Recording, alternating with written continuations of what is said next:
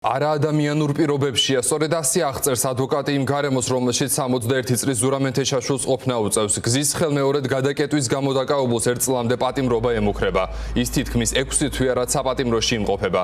თეშაშვილის შიმშილობას განაგრძობს. რა ხდება დღევანდელ სასამართლო პროცესზე? ლიზი ვეკუა მოგიყვება დეტალებს ფორმულას ეთერში. ხანწუთებში პროევროპული აქციების მონაწილე ზურაბ თეშაშვილის სასამართლოს ხდომაზე ბრალდების მხარის მოწმეები იკითხებიან და ვიდრე ამ ყველაფერთან დაკავშირებით მოგიყვებით, გეტყვით იმას, რომ ადვოკატმა გვამცნო რამდენიმე წუთის წინ მედიას თუ რა პირობებში უწევს ახლა ზურაბ თეშაშვილს ციხეში ყოფნა. ის უკვე 1 კვირაა, რაც კარცერში იმყოფება. ამის მიზეზი მისთვის უცნობია.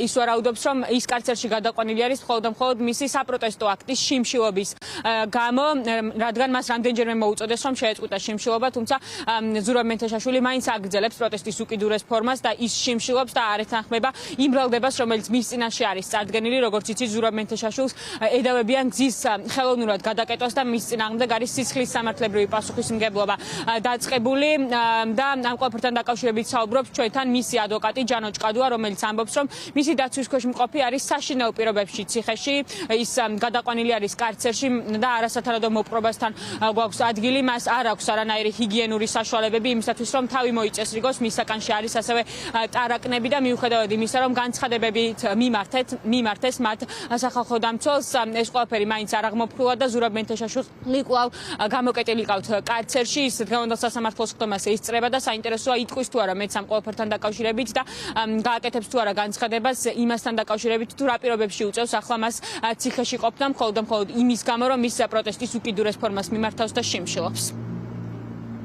გუშინ შევხვდით ზურაბ თეშაშვილს, წინა კვირას როცა შეხვედრა მქონდა, მაშინ განმარტა, რომ დღეს გადამიყვანოს კარცერში, თუმცა რა პირობები იყო მაშინ ამაზე ინფორმაცია არ ქონდა. დღეს როდესაც შევხვდით და წინათ სახელმწიფოს მოაწოდა, რომ ზურაბ თეშაშვილი გადაყვანილია კარცერში, სადაც არაადამიანურ პირობებში იმყოფება. ამ შემთხვევაში როგორც თვითონ განმარტა, არ აქვს პირსახოცი, არ აქვს დაუშვათ ხელისაბანი საშუალებები, არ აქვს ჯაგრის და ამასთანავე საკანში არის ძალიან სებიმზური, ვინაიდან არ აქვს იმის საშუალება, რომ ეს საკანი დაუშვათ დაასრულოს. ამის საშუალებას არ აძლევენ. სახელმწიფოც შეავნახა ეს ყველაფერი, რაც ხდებოდა შიგნით.